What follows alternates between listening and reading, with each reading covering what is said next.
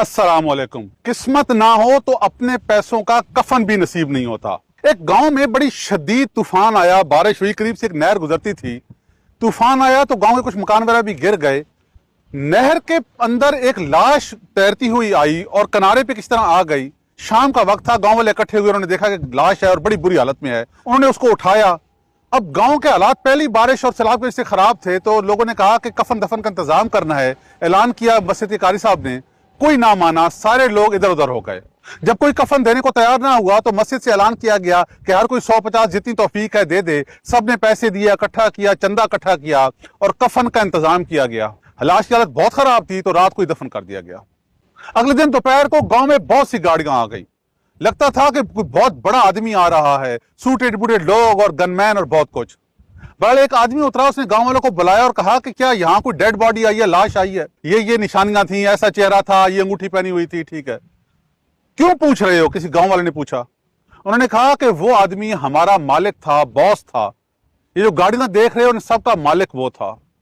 वो एक नहर के किनारे अक्सर बैठा रहता था। तूफान आया, नहर का पानी बढ़ा, शायद वो नहर में जा गिरा। हम पूछते हुए आ रहे हैं। गांव में एक दाना बुजुर्ग थे। उन्होंने पूछा कि उस आदमी की कोई खास बात थी, उसे ऐसी मौत क्यों मिली है? उन मुलाजमीन में एक जो सबसे बूढ़ा था, समझदार, वो उसके करीब आया और उसने कहा कि यह आदमी बड़ा सख्त मिजाज था।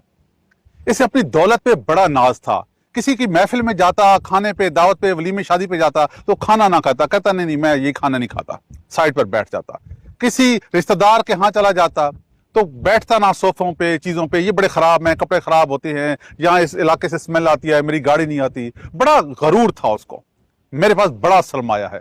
वो किसी से एक सिक्का नहीं लेता था, कहता था मेरे पास सब कुछ है। किसी की दावत में भी जाता ना तो खाने को हाथ ना लगाता, किसी के पास करीब ना बैठता, किसी का दिया होगा तोहफा सूट ना पहनता। और फिर खुदा ने उसे उसके पैसों का कफन भी नसीब नहीं किया, उसे मांगे का कफन पहनाया गया।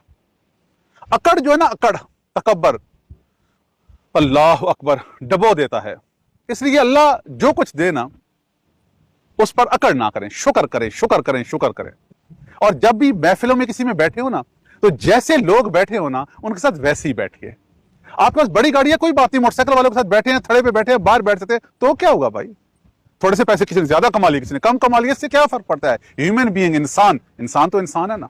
अल्लाह ताला आपके मेरे दिलों से तकब्बर, गरूर मिटा दे, हमेशा के लिए खत्म कर दे। अल्लाह ताला आपको, मुझे, हमारे बच्चों को खास तौर पर नरमी, आजिज़ी सिखाए। और सबसे बढ़कर हमेशा की तरह दुआ कि अल्लाह ताला आपको, मुझे और हमारे बच्चों को रिज़्क़ हलाल कमाने और रिज़्क़ हलाल खाने की तौफीक अता फरमाए। वस्सलाम।